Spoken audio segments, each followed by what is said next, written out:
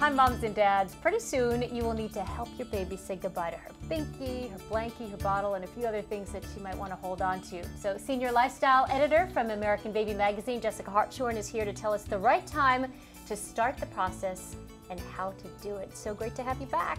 Great to be here, Julie. Thank you. It seems like every child is attached to something. Right. My friend's daughter carried around an old t-shirt, my daughter with the pacifier, my son with his loveys he can't sleep without. So it's sort of normal to have these attachments, but there comes a point when they have to give it up. Yeah, when you have to kick the habit, right? If it's something like a pacifier that's keeping them from talking, or a bottle that means they're drinking too much juice and milk all day, you know, sometimes your doctor will break the news to you. You got to move on. Got to do it. Okay, so let's start with a crib, because that can be a big deal. Right. When is the right time to start transitioning to a boy or girl? Big bed. Big the boy funny bed. thing about cribs is it's usually the parents who are more eager to move them along for whatever reason. I mean, I think I moved my kids out too early just because I wanted to see them grow. A lot of people do it at age 2 because their kids will also start climbing out of the crib. But Jody Mandel, our sleep expert, says, you know what, if they'll sleep in that crib till 3, there's no reason to transition them out, right? They're safer in there, they're confined. Only if they're climbing out and you think they're gonna fall and hurt themselves do you remove a side of the crib and maybe put up a gate in their doorway. And you can make it a big sort of event where you help them decorate their new bed, congratulate them on being a big boy or girl, let them put their pile their stuffed animals on there and make it sort of a ceremony. Right, and sometimes you need to do it if there's a new sibling coming, but you don't want to do it too close to that. Right, you don't want them to think that the new sibling stole their crib. So, you know, that's a very good when you point. find out you're pregnant with your second child or third child, you know, I would transition your older one out of the crib a little sooner, just so that crib then has like a little bit of period of time in the garage before it becomes the baby's bed. And by then, hopefully, they've forgotten this is the baby's bed. Fingers crossed. Okay, the Binky, the pacifier, whatever you want to call it. That's tough, and I would imagine sooner the better because they really, like my daughter, get attached. The funny thing is, it used to be sooner the better, and then they figured out that there's a correlation between using a pacifier and SIDS safety. You know, that it's actually safer to sleep in a crib with the pacifier in your mouth because it would prevent a suffocation death. So pacifiers are recommended for babies, and all the way up through age 1, there doesn't seem to be any harm.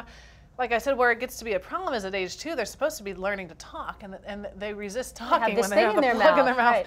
And then their teeth start to form. How do you do it? Yeah, right. Rewards, limiting it to the crib first or the bed, or it's a nighttime thing, or we only use it, you know, after dinner time, and then eventually you can have the Passy Fairy come and leave a toy instead. Yeah, you probably have to deal with a little bit of crying and fussing. There's, you know, you can so many different ways. However you want to explain it. Naps. Yeah, naps. Speaking of the pacifier, which you have when they have a nap, when do you give those up? Because some kids really need them. Right. Well, babies have 2 naps a day up until about 18 months, and then you'll start to see that morning nap gets dropped and consolidated into a longer afternoon nap, and that's when parents really depend on getting the laundry done and just having a break. But about 1 out of 4 kids give up that nap altogether by age 3, and but then they'll usually have an earlier bedtime. So it's, you know, some good and bad. Your kid might still nap and give you that afternoon break, but then they're going to be up later at night.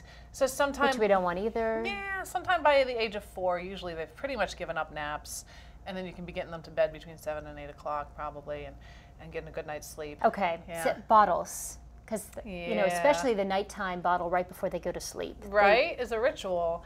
A lot of doctors really want your child to be off the bottle by age 1, which is hard, right? Wow, that's they're so still a baby. soon, yeah. But if you can do it, if you can entice them to do a sippy cup between 9 months and 12 months when they're interested in putting anything in their mouths. Right, and these are great because they're sort of transition cups. Right, and then you can start on formula in here. Look, it's the same, it's, you know, the same milk that's in here is in here.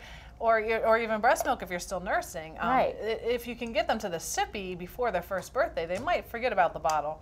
And then these will even just turn into a regular cup eventually. If you missed that first birthday window, your 1-year-old might want to hang on the bottle a little longer, but again, you can just try and change it up. So we use the sippy in the morning, and we only use this at bedtime, and slowly wean them off of it. Okay, now what about, this is a tough one, the loveys. Oh, this is the good news. You don't have to ever give up your lovey. Oh, that's great, because I haven't. It eventually, when they get to the age where they're dropping stuff out of their stroller, you might want to say that your bear has to live in the crib. Or, I don't know, my friend Christine, her daughter is addicted to these little giraffe blankets, and so she just has like 10 of them. So if they get lost, there's more. But I'm addicted to them now. This is unbelievable. But my daughter, you know, eventually we had like 4 bears. One of them became the bear, and, you know, then you can't lose the bear if there's one that's more precious. So they do have to stay in the crib or in the bed, or like you said, at school they have good rules where the bear stays in the cubby, and then eventually you can say, you know what, if he's gonna have to stay in the cubby, why doesn't he just stay on the bed and wait for you to come home? Jessica, thank you so much. Great advice. Now we know when to give up all the things that our kids don't want to part with. Thanks for coming in. And we would like to hear what your little one had trouble parting with, so you can email us at ideas@parents.tv or tweet with me at twitter.com/parentstvjulie. And for more great parenting tips, you can pick up a copy of American Baby Magazine.